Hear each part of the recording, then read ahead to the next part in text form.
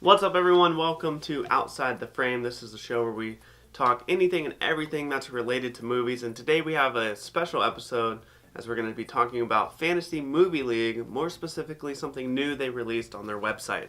That's right, and don't mind my hair or anything about me because we just got done filming our normal episode, and I was just wearing a Michael Myers mask, or an alien mask, depending on what you think it looks like, and it was sweaty in there. So. I bet. It looked hot. Also, this is my page for Fantasy Movie League, and don't mind my picks from last week. Unless they're perfect Cineplex, then mind them. So over on the left-hand side, you see that it has check out the movies, and then they have this thing called the Cineplex Builder. Cineplex Builder. Yeah, why don't you go click on that, Joey? All right. And First time looking at this. Yeah, well, this is pretty new. It came out this past weekend, basically, and it has the best performer rankings. It has out of the 5. And then it has all the movies from this weekend, and then on the and their prices, and then you have it on the left-hand side. We have Cineplex builds, and basically in real time, as you change the values of the movies, so it'll change. This. Yeah, go ahead. I feel like I'm on QVC a little bit. If you right? If you click on this, it'll move the value, and then you can see it changes in real time. First of all, it changes on the top what your top 5 best performers are going to be, and then it also changes your Cineplexes on the side to tell you which values, which Cineplex gives you what values, and all this other stuff. All right. So far, I'm liking this. Yeah, it's really interesting. And then you can also type in, you can use the slider, or you can type in your own on the side here. Okay, so that's really helpful. You have to actually... Oh, you have to select it and delete it. Well, you can... It's a backspace. It's a Mac, Joey. The delete button is technically a backspace. I don't have a Mac. So, you can put in 40. Look at that. It's a blockbuster value. It's crazy. Smashing. It only dropped like 1% from last weekend. So... Bring it back down.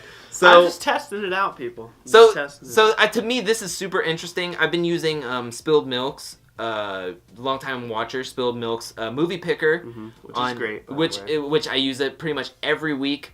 It gives me so it's a bit different.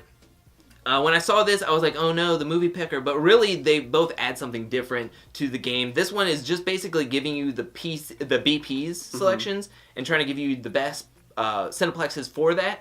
But on the movie picker, it gives you one solid lineup if you have bonuses on, bonuses off, and then it gives you the whole list of values. Yeah. So you can see where you should change your values or whatever to get the different BPs and what actual values they are. So yeah, but this gives you the images that you can go off of.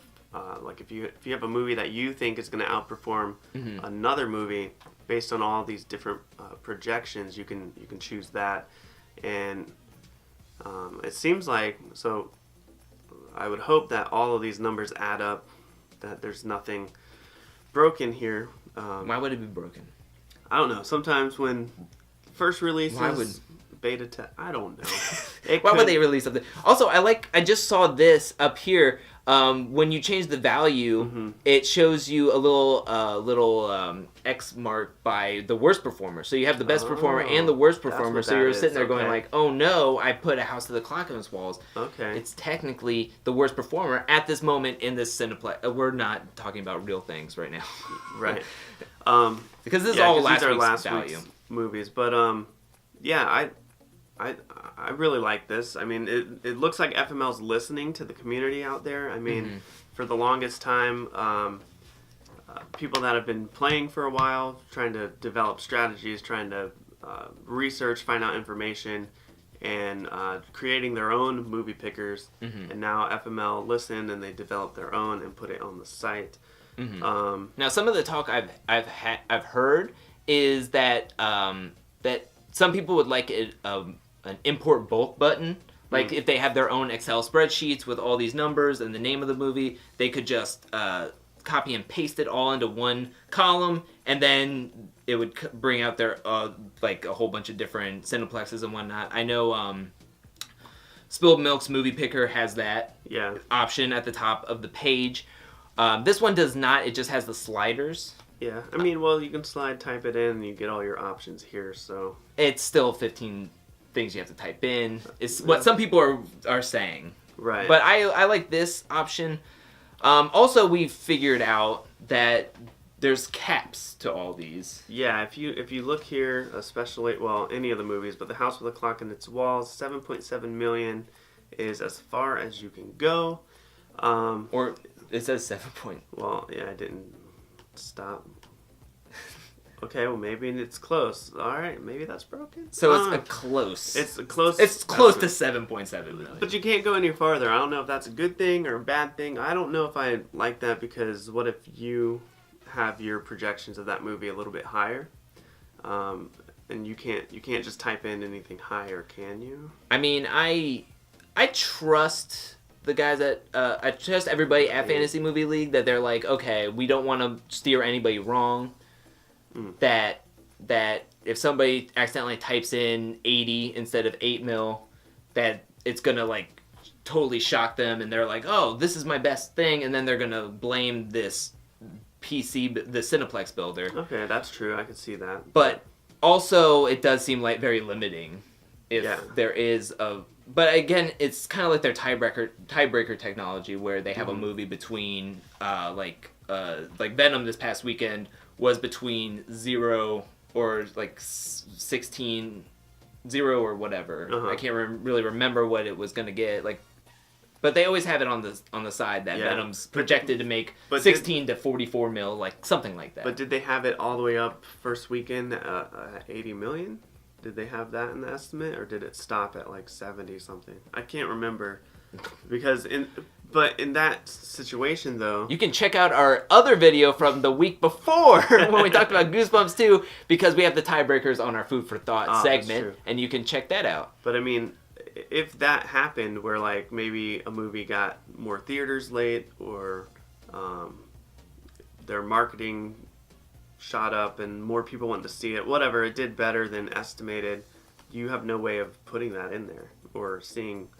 Well, if you put it up to the max anyways, I mean, you would probably have. That's well, true, then again, you just put Venom at 67, and Clock in Its Wall still is the best performer because of what you just put it at. So, which you put that up at all the way.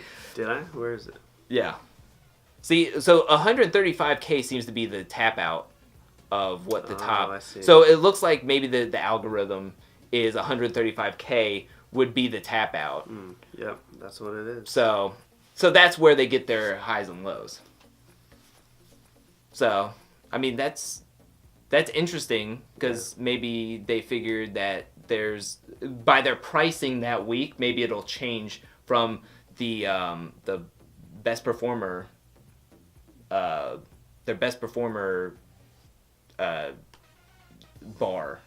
Gotcha. Would change. So if, say, they priced everything lower to get 120 bonus bar, that's where this will change. Maybe it'll change it up to 150, and then the bottom would be still 0.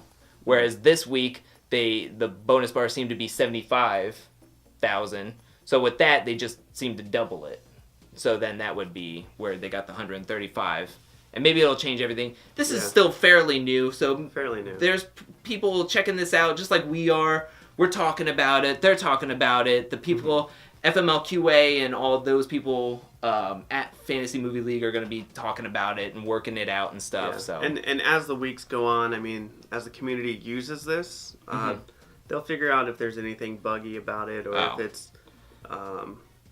Trust me, they will be talking the chatter. Oh, yeah, if there's anything up or anything fishy about it. But I mean, do you like that there's a cap? Let us know in the comments below.